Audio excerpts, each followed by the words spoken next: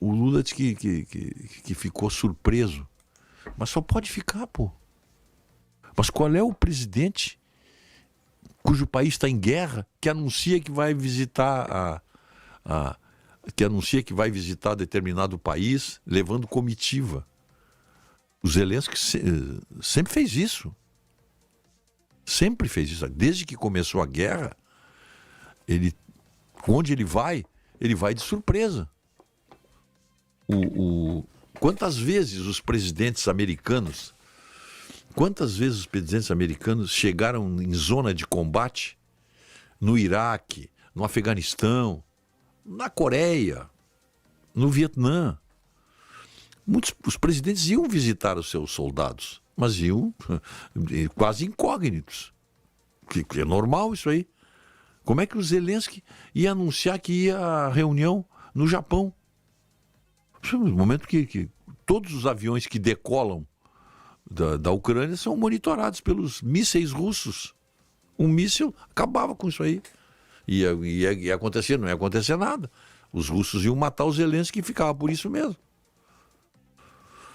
Então, como é possível o presidente ficar surpreso com a chegada de inopino do presidente da Ucrânia? Claro que alguém tinha que dizer para ele: olha, presidente, viagens de governantes em guerra não são divulgadas.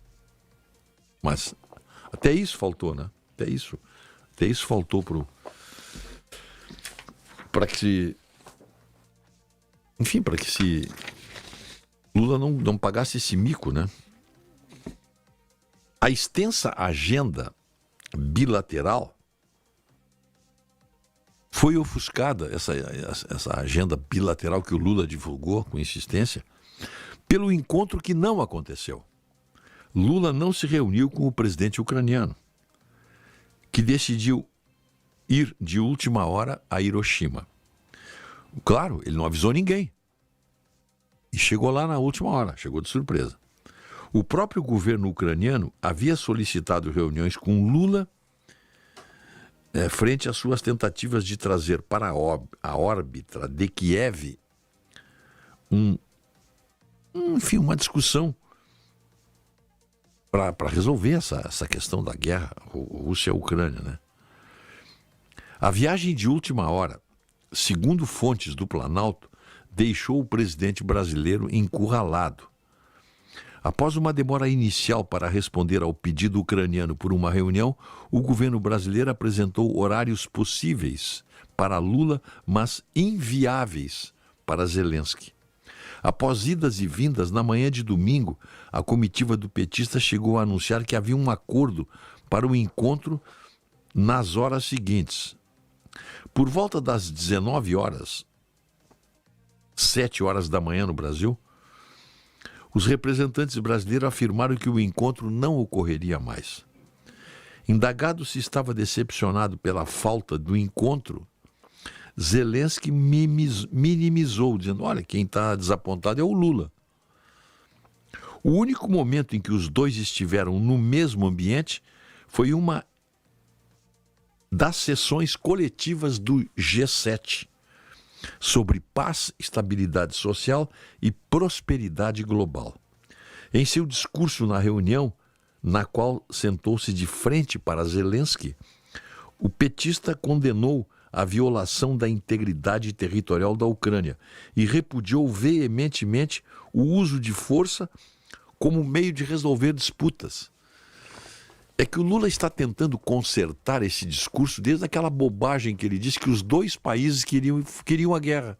A Ucrânia e a Rússia queriam a guerra. Aí era impossível deter dois países quando os dois querem brigar. Isso foi o início da bobagem que o Lula disse, que ele vem tentando consertar isso aí. Ele condena a Rússia, mas já está praticamente... como é que pode-se dizer assim, já está mais ou menos consagrado na imprensa internacional que o Brasil virou uma espécie de satélite da Rússia, da China e da Índia, porque casualmente são países parceiros do BRICS, onde nós temos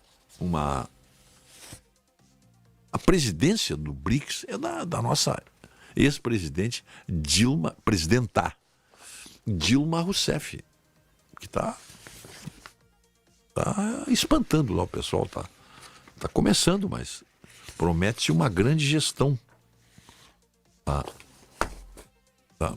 presidenta Dilma no banco do BRICS. Tá? Bom. E agora outro discurso do Lula. Vocês vejam bem como está a coisa. Outro discurso do Lula.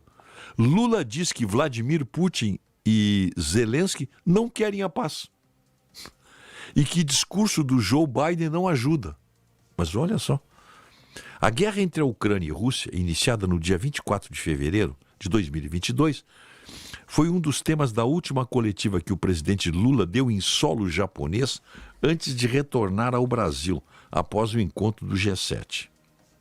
Ontem, diz o Lula, que foi domingo, vocês viram o discurso do Biden, que tem que ir para cima do Putin, olha só, até ele se render e pagar tudo o que ele estragou. Esse discurso não ajuda, condenou o petista. O presidente dos Estados Unidos, Joe Biden, e o presidente da Ucrânia, Volodymyr Zelensky, se encontraram domingo. O americano afirmou que fará todo o possível para fortalecer o país contra o governo russo e que deve impor novas sanções à Rússia. Meu medo é que a gente esteja caminhando para uma guerra mais feroz, mais poderosa, declarou o petista sobre uma potencial escalada do conflito. Recentemente, o assessor especial da presidência para assuntos internacionais, o ex-ministro Celso Amorim, que é de fato o ministro das Relações Exteriores, né? Se reuniu com Zelensky em Kiev e com Putin em Moscou para tentar pôr fim ao conflito entre os países. Todos nós condenamos a ocupação territorial da Ucrânia. Achamos que os russos não têm direito de fazer isso. A Ucrânia está certa em defender o seu território. Mas isso vai até quando? É preciso que tenham pessoas com disposição de conversar. Veja a mudança do discurso do Lula. Veja a mudança. Ele disse que os dois queriam ir para a guerra. Agora está dizendo que a Ucrânia está certa em se defender.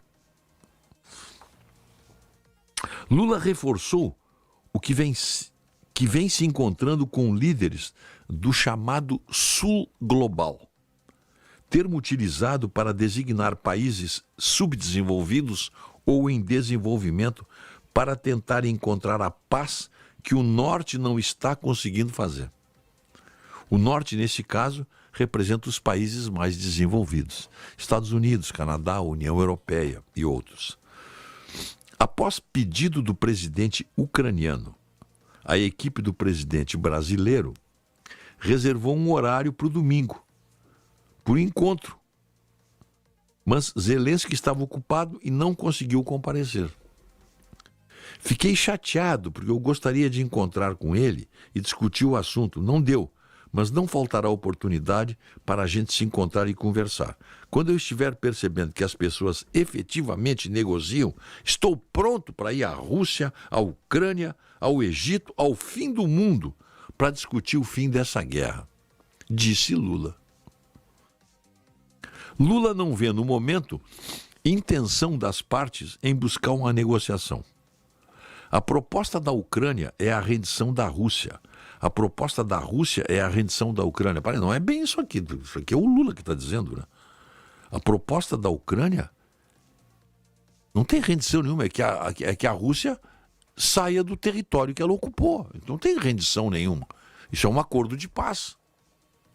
Quem está querendo a rendição nessa guerra é a Rússia da Ucrânia.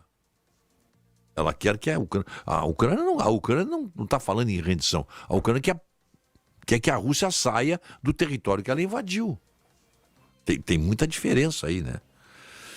Se o conselho funcionasse como deveria funcionar, possivelmente não aconteceria a guerra da Ucrânia com a Rússia. Comentou antes de afirmar que o secretário da ONU reconheceu que o órgão, infelizmente, não tem força para manter a paz. Se o Conselho funcionasse como deveria funcionar, não aconteceria guerra. Olha só. Veja a maneira simplista e simplória com que o Lula trata a questão da Ucrânia com a Rússia.